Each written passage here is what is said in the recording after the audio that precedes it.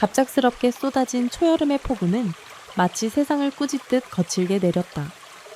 차가운 빗방울이 거리를 때리고 사람들은 저마다 비를 피하기 위해 달리거나 몸을 웅크렸다. 경기도 수원의 외곽 산업단지를 끼고 있는 좁은 골목길. 그곳을 자전거 한 대가 비틀거리며 지나가고 있었다. 자전거를 타고 있던 청년의 이름은 강민호였다. 마른 체격의 눈 밑에 늘 피곤한 그림자를 단 채 손에는 비닐로 꽁꽁 싸맨 배달음식 가방을 들고 있었다. 한 손으론 핸들을, 한 손으론 가방을 꼭 쥐고 쏟아지는 비를 뚫으며 주문 시간에 늦지 않기 위해 고군분투하고 있었다. 그가 입은 얇은 우비는 이미 여러 번 꿰맨 자국이 있었고 몸에 달라붙어 차가운 물이 속옷까지 스며들었다. 우비는 더 이상 방수 기능을 하지 못하고 그저 젖은 천에 불과했다. 비좁은 골목을 빠져나와 삼거리로 향하던 그 순간 눈앞에서 갑자기 스쿠터 한 대가 미끄러지며 쓰러졌다. 쿵 소리와 함께 사람의 신음소리가 빗속에 섞였다. 민호는 반사적으로 자전거 브레이크를 꽉 잡았다. 땅바닥에는 한 여성이 쓰러져 있었다. 한쪽 다리가 오토바이에 깔린 채 새하얀 블라우스는 이미 진흙에 얼룩져 있었다. 긴 머리는 엉망으로 흩어졌고 고통과 당황이 뒤섞인 얼굴은 빛을 잃은 듯 보였다.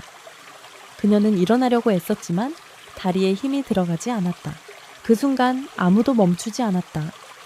지나가던 자동차들은 속도를 줄이지 않았고 걸어가던 사람들도 흑기포기만 하고 발걸음을 재촉했다. 단 한 사람 배달 늦었다는 욕을 들어도 괜찮은 사람 강민호만이 멈춰섰다. 민호는 자전거를 도로 옆에 세우고 우비를 벗어 그녀 위에 덮어주며 조심스럽게 다가갔다. 입술은 파르르 떨리고 있었지만 눈은 또렷하게 상대를 바라봤다. 괜찮으세요? 머리는 괜찮으신가요? 모르겠어요. 다리가 너무 아파요? 여성은 유아린이라는 이름의 젊은 대학 졸업생이었다. 어머니와 다툰 후 홧김에 집을 나왔고 어디든 가고 싶다는 생각만으로 무작정 스쿠터를 몰고 나왔다가 이런 일을 당했다. 그녀의 옷은 비에 젖고 마음은 더 젖었다. 민호는 배낭에서 작은 구급 약통을 꺼냈다. 싸구려 소독약과 반창고 낡은 거즈, 그게 전부였다. 그는 할인의 무릎 상처를 조심스럽게 닦아내고 아무 말 없이 붕대를 감았다. 할인은 고통에 얼굴을 찡그렸지만 입을 꾹 다물었다. 그들의 머리 위로 빗줄기는 여전히 거세게 떨어졌고 하늘은 마치 모든 슬픔을 대신해 울고 있는 듯했다. 민호의 핸드폰이 울렸다. 그는 주춤거리며 전화를 받았다. 지금 장난하냐? 배달 늦었으면 그냥 때려쳐 고객이 널 기다려야 되는 이유가 뭐냐고. 그의 얼굴이 붉어졌다. 어깨가 움츠러들었고 그는 고개를 숙인 채 작게 말했다. 죄송합니다. 도중에 사고를 목격해서요. 도와드리느라. 전화를 끊고 나서 민호는 할인을 바라보며 미안하다는 듯 말했다. 저 이제 가야 해요. 우비는 그냥 두고 갈게요. 혹시 지나가는 지인이 있으면 도움 요청하세요. 조심히 돌아가세요. 할인은 아무 말도 하지 않았다. 그저 민호가 사라지는 뒷모습을 바라보았다. 그의 뒷모습은 작고 초라했지만 눈앞에서 본 누구보다도 따뜻하고 선명하게 남았다. 할인의 손에 민호가 덮어준 우비가 아직 남아있었다. 싸구려 우비. 하지만 그 안에는 낯선 이의 온기, 아무 조건 없는 배려 진심이 담겨 있었다.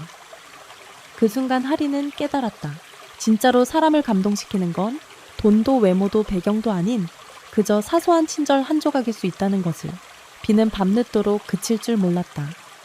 빗물은 도로를 타고 흐르고 도시의 불빛은 흐릿하게 퍼져 있었다. 유아리는 여전히 멍하니 그 자리에 앉아 있었다. 무릎은 얼얼했고 온몸이 젖었지만 마음은 더욱 복잡하게 젖어들고 있었다. 잠시 후 그녀는 천천히 일어섰다. 스쿠터는 쓰러진 채였고 스마트폰은 이미 방수가 되지 않는 상태였다. 그러나 손에는 무언가 꼭 쥐어져 있었다. 작은 약봉투, 그리고 그 안에 종이 한 장. 거기엔 글씨가 삐뚤빼뚤하게 쓰여 있었다. 혹시라도 불편하시면 연락주세요. 강민호 020-67. 그 한 줄이 따뜻했다. 전혀 꾸미지 않은 말투. 형식 없는 문장. 그러나 이상하게도 그 문장은 오늘 하루 중 가장 진심으로 느껴졌다.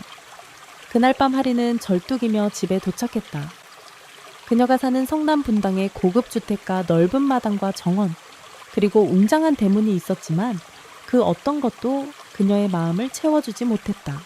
현관 앞에 다다르자 어김없이 문이 열리고 어머니 유명희 여사가 눈살을 찌푸렸다.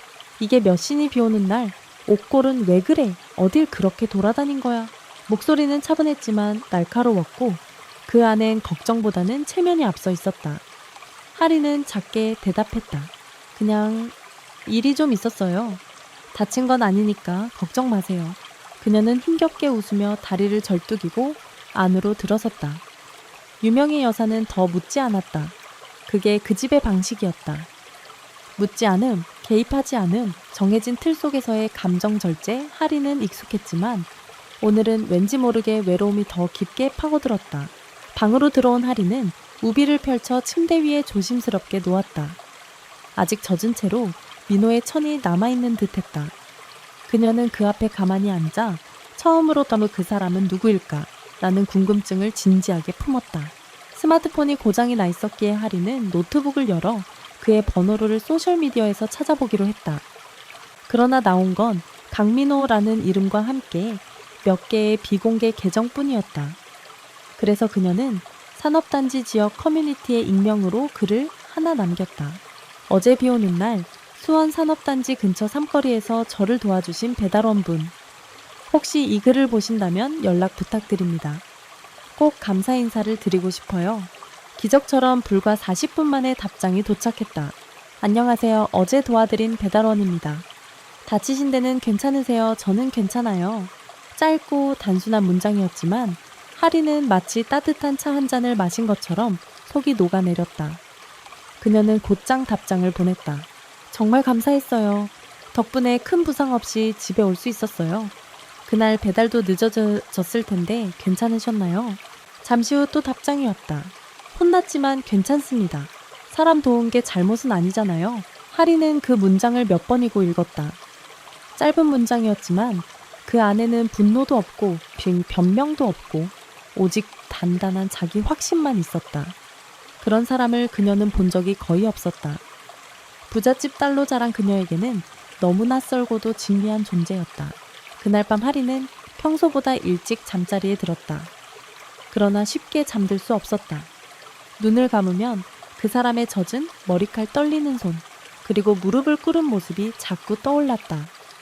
그날 내렸던 비는 여전히 창밖에서 잔잔히 내리고 있었다. 그녀는 속으로 생각했다. 그 사람이 내 인생에 단지 스쳐 지나간 사람이 아니길. 며칠이 흘렀다. 유아리는 여전히 가끔씩 강민호와 메신저로 짧은 안부를 주고받고 있었다. 둘 사이의 대화는 특별히 로맨틱하지도 길지도 않았지만 이상하게도 하리는 그런 단순한 말들이 좋았다. 말이 많지 않아서 오히려 진심이 느껴지는 사람이었다. 어느 저녁 유명희 여사가 식사 중 무심한 듯 말했다. 이번 분기 신입 사원 면접은 네가 맡아서 진행해봐. 이젠 네가 현장 감각도 좀 익혀야지. 네, 제가 직접 그래. 중부 물류센터 신규 인력 면접부터 시작하자. 특별히 실무 현장 경험이 부족한 사람들 중심으로 선별해서 재교육 가능성도 평가해. 필요하면 가명 써도 돼. 객관성을 위해. 하리는 알겠다는 듯 고개를 끄덕였다. 마침 그녀의 마음속에서도 조금씩 변화를 느끼고 있던 참이었다. 말로는 설명하기 어려운 감정들 민호를 떠올릴 때마다 가슴속 어딘가가 먹먹해지는 그 감정들. 그날 밤 하리는 사내 시스템을 통해 면접자 리스트를 미리 살펴보다가 한 이름에서 손이 멈췄다. 강민호, 지원부서 물류, 운영팀 전직 배달원, 학력 고등학교 졸업, 보호자 모친, 특이사항 없음.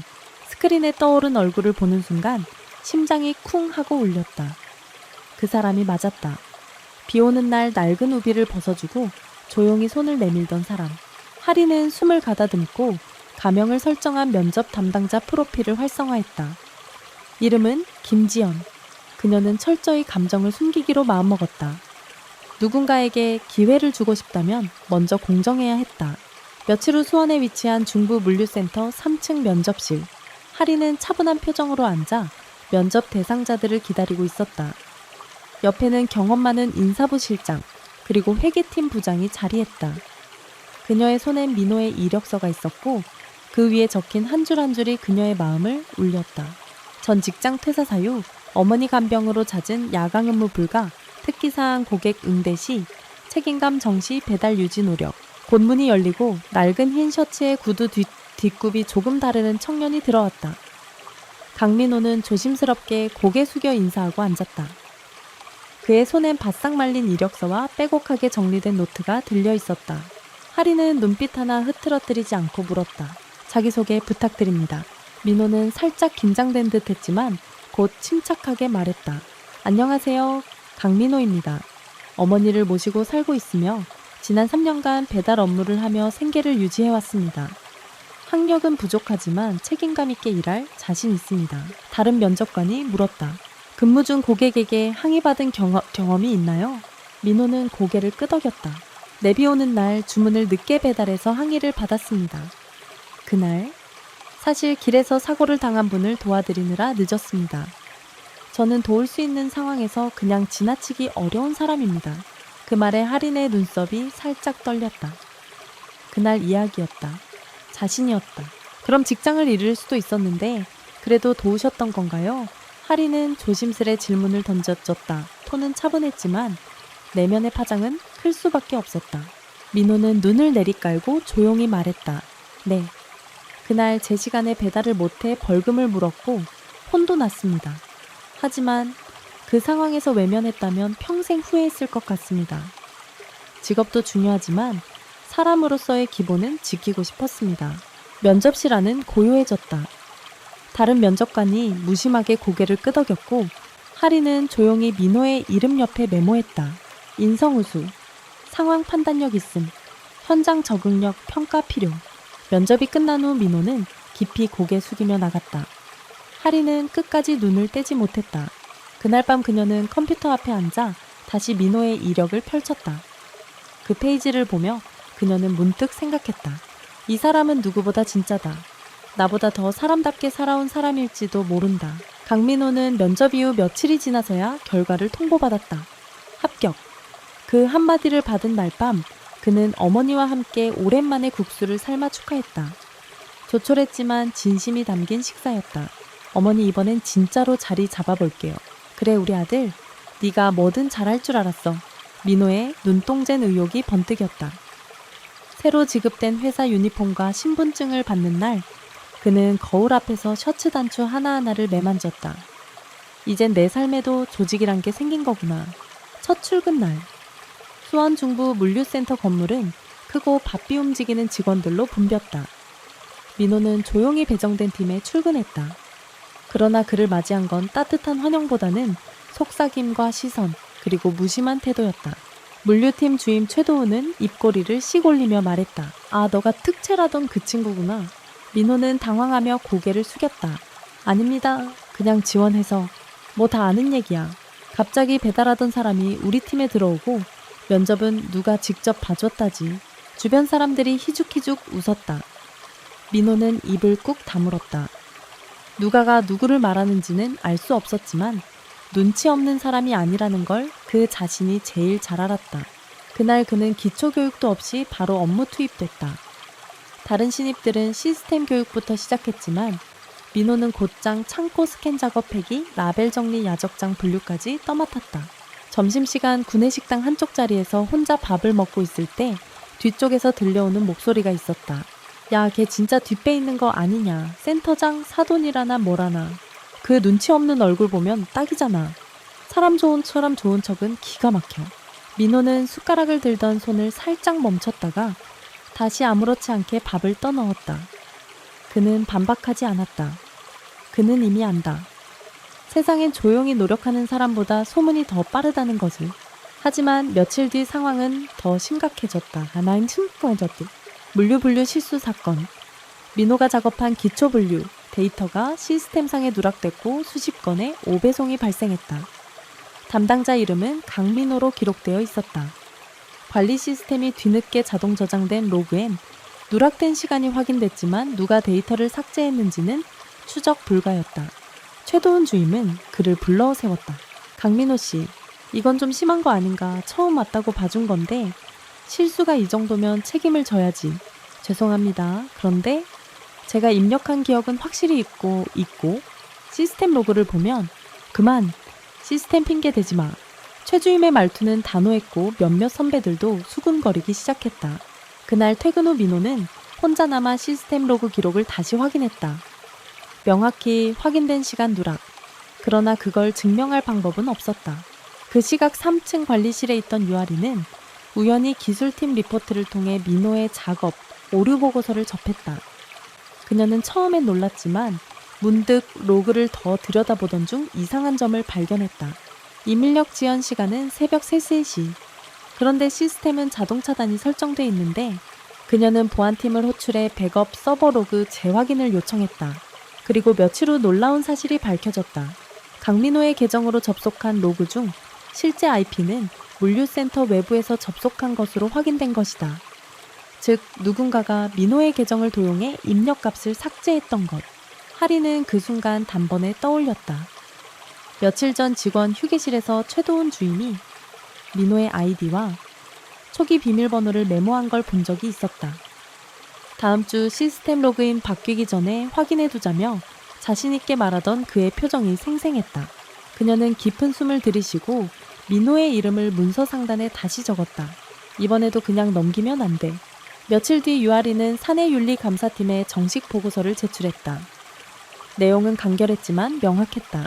강민호 씨의 계정이 외부 IP로 부정 접속당한 흔적이 있으며 그 시점에 이뤄진 분류 데이터 삭제는 타인이 고의로 조작한 가능성이 높음. 감사팀은 즉시 로그 추적과 CCTV 분석에 착수했다.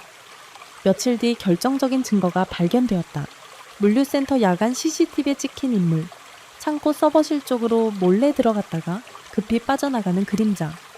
모자에 마스크 하지만 걸음걸이와 체형팔 각도만 봐도 한 사람의 모습과 일치했다. 최도훈. 그는 야근때를 틈타 민호의 계정으로 접속해 분류 작업을 삭제하고 책임을 민호에게 떠넘긴 것이다. 회사 측은 긴급 인사위원회를 열었고 그 결과는 빠르게 나왔다. 최도훈 주임은 정직 3개월 후 인사이동 내부 시스템 접근 권한 박탈. 그리고 민호는 무혐의 오히려 첨어의 성실한 직무 태도로 인해 신뢰 회복 봉의이라는 평이 붙었다. 결과가 발표된 날 하리는 어느 때보다 조용한 얼굴로 사무실에 앉아 있었다. 그리고 오후 늦게 민호가 노크를 하고 들어왔다. 김지연 님이시죠? 하리는 놀랐지만 이내 웃으며 고개를 끄덕였다. 알아봤어요. 사실 그때부터 눈치챘죠. 목소리랑 눈빛이 이상하게 익숙했거든요. 민호의 말에 하리는 부끄러운 듯 고개를 돌렸다. 처음엔 그저 공정하고 싶었어요. 하지만 어느 순간부터 그냥 응원하고 싶었어요. 진심으로. 두 사람 사이엔 조용한 공기가 흘렀다. 그 어떤 설명도 변명도 필요 없었다. 서로가 서로의 진심을 이미 알고 있었기에. 잠시 후 민호는 조심스럽게 손에 들고 있던 것을 꺼냈다.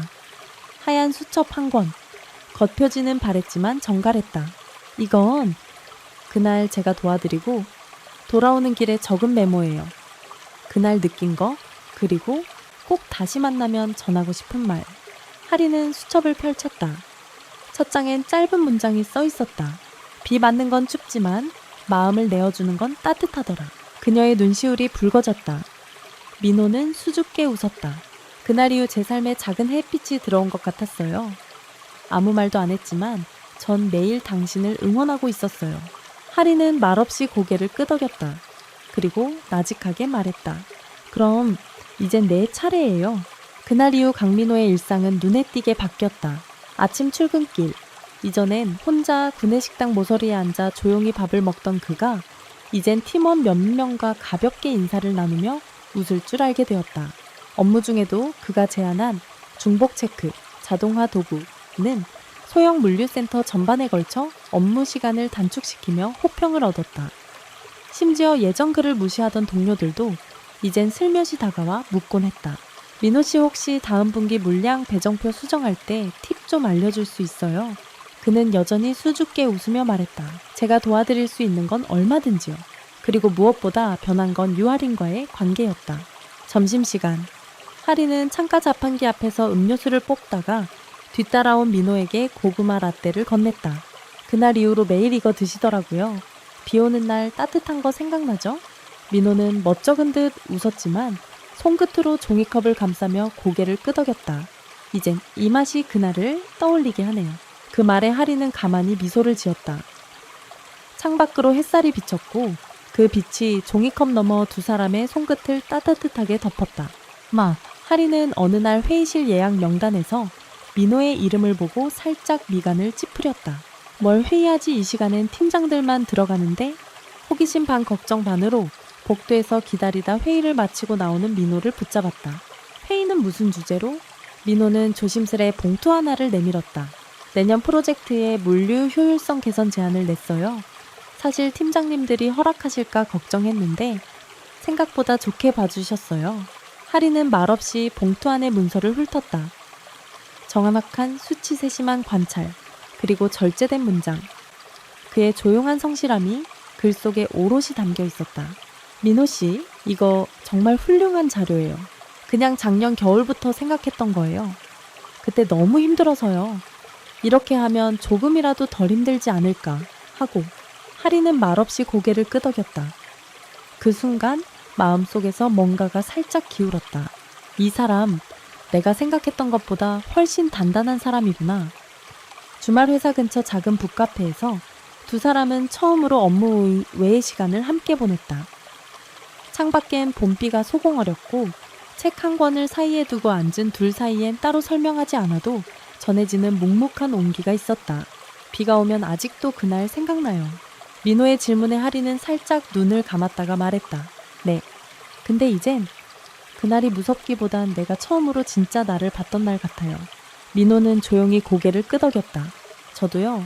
그날 이후로 누군가를 위해 다시 우산을 들어보고 싶다는 생각을 처음 했어요. 그 말에 하린의 볼이 붉어졌다. 창밖 비는 그치지 않았지만 두 사람의 거리엔 햇살 같은 말들이 스며들기 시작했다. 초여름의 기운이 감돌던 어느 날 아침 강민호는 이전과는 조금 다른 옷차림으로 출근했다. 구겨진 면바지 대신 깔끔한 슬랙스 바른 셔츠 대신 푸른빛 셔츠에 얌전히 매단 얇은 넥타이. 구내식당 입구에서 동료 몇몇이 수군거렸다. 어라 민호씨, 오늘 왜 이렇게 말끔해? 혹시 누구랑 약속 있는 거 아냐? 민호는 그저 조용히 웃으며 식판을 들고 자리를 찾았다. 그의 눈길은 은근히 사무실 복도 넘어 유아린의 자리로 향해 있었다. 사내 공지 게시판엔 새롭게 업데이트된 팀 조직도가 붙어 있었다. 그 아래 조용히 붙은 메모 한 줄. 물류기획팀, 신설 TF팀, 프로세스 혁신 담당 강민호 선임보. 동료들은 놀라움을 감추지 못했다. 저분 진짜 묵직하게 올라간다. 조용한 물이 깊다더니 맞는 말이네. 하지만 민호는 겸손하게 말했다. 다 여러분 덕분이죠. 전 그냥 제가 할 수 있는 걸 했을 뿐이에요. 어느 날 오후 민호는 하린과 함께 본사 회의실에서 내부 교육자료 제작을 위한 영상을 찍고 있었다. 카메라 앞에서 그는 조심스럽게 업무 프로세스를 설명하고 하린은 옆에서 보조를 맡았다. 촬영이 끝나고 조명 아래서 민호가 물었다. 이상하지 않았어요? 제가 말하는 거 어색했죠? 하린은 고개를 저었다. 아니요. 말할 때보다 말하지 않을 때 더 많은 걸 전하는 사람이잖아요. 그게 당신의 힘이에요. 민호는 그 말을 듣고 잠시 말을 잊었다. 그녀는 정말 자신을 있는 그대로 봐주는 몇 안 되는 사람이었다. 그러던 어느 날 민호는 하린에게 자신의 집으로 초대했다. 정확히 말하면 어머니와의 첫 만남이었다.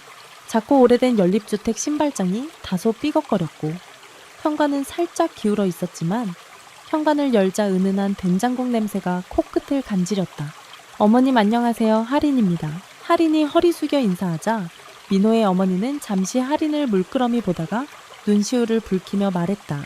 참 이쁘다. 우리 민호가 고생만 하던 애인데 이렇게 곁에 있어주는 사람 생기니까 고맙네요. 하린도 모르게 눈가가 촉촉해졌다. 그녀는 정갈하게 놓인 밥상 앞에 앉아 말했다. 저도 많이 배워가고 있어요, 어머님. 민호 씨는 저한테 큰 사람이에요. 밥상 위엔 손수 만든 고등어 조림 묵은지전, 그리고 민호가 어릴 때 가장 좋아하던 두부전골이 놓여 있었다. 세 사람은 조용히 그러나 따뜻한 웃음이 오가는 식사를 마쳤다. 그날 밤 하리는 민호의 집을 나서기 전 민호의 어머니 손을 꼭 잡고 말했다. 저 자주 와도 되죠? 어머니는 눈을 감고 고개를 끄덕였다. 민호는 문 앞에서 그 장면을 바라보다 입가에 조용한 미소를 지었다. 그로부터 몇 주 뒤 민호와 하리는 회사의 공식적인 동료 커플로 알려졌다. 아무도 놀라지 않았다. 오히려 다들 고개를 끄덕이며 말했다. 그럴 줄 알았어. 비 오는 날 시작한 사람들 오래 가더라니까. 여름의 끝자락, 둘은 함께 퇴근 후 가까운 강가를 걷고 있었다. 햇살은 부드럽게 수면 위를 스치고 민호는 하린에게 작은 흰 상자를 건넸다. 뭐예요? 생일도 아닌데? 손으로 만든 건데 좀 서툴러도 봐줘요. 하린이 상자를 열자 손수 접은 편지 한 장과 작은 목재 조각. 그 위엔 우리의 계절은 시작되었다는 문장이 정성스럽게 새겨져 있었다. 비도 햇살도 다 당신과 함께면 괜찮아요. 그 말에 하리는 고개를 숙였다. 민호의 손을 꼭 쥐며 작은 목소리로 말했다. 그럼 앞으로도 같이 계절을 만들어요. 우리만의 속도로. 그날 저녁 노을이 강물 위로 퍼져나갔다. 비로소 두 사람은 서로의 그림자를 삶에 깊이 들이우기 시작했다. 그들이 만든 계절은 조용하지만 확실히 두 사람의 이름을 담아 앞으로 흐르고 있었다. 이 이야기를 통해 우리는 한 사람의 작은 선의가 얼마나 큰 변화를 이끌어낼 수 있는지를 다시금 깨닫게 됩니다. 빗속에서 시작된 우연한 만남은 단지 로맨스 이상의 의미를 담고 있었죠. 그것은 마음과 마음이 진심으로 닿을 때 어떤 환경이든 관계없이 우리는 서로를 따뜻하게 만들 수 있다는 사실을 보여줍니다. 강민호는 겉보기엔 평범하고 조용한 사람이었지만 그의 진심과 성실함은 결국 주변의 편견을 무너뜨리고 사람들의 마음을 움직였습니다. 유아린 역시 처음엔 차갑고 거리감 있는 인물이었지만 민호를 통해 세상의 따뜻함을 다시 느끼며 점차 변화해 갑니다. 그들의 이야기는 단순한 사랑 이야기가 아닌 서로를 통해 자라고 치유되는 성장의 기록이었습니다. 혹시 여러분도 누군가에게 작은 친절을 베풀었던 적이 있나요? 혹은 뜻밖의 도움을 받았던 순간이 있으셨나요? 그 한 장면이 누군가의 인생에 얼마나 큰 위로가 되었을지 모릅니다. 우리가 이 이야기에 감동하는 이유도 바로 그 공감과 경험 때문일 것입니다. 이 이야기가 마음에 와 닿으셨다면 좋아요와 구독을 눌러주세요. 댓글로 여러분의 생각도 꼭 남겨주시고요. 여러분의 응원 한마디가 다음 이야기를 이어가는 큰 힘이 됩니다. 이건 단지 끝이 아니라 시작일 뿐입니다. 파트 2에서는 민호와 하린이 함께 마주하게 될 새로운 도전과 선택, 그리고 그들이 만들어가는 더 깊은 연결의 순간들이 기다리고 있습니다. 놓치지 않도록 지금 바로 알림 설정까지 잊지 마세요. 감사합니다. 그리고 곧 다시 만나요.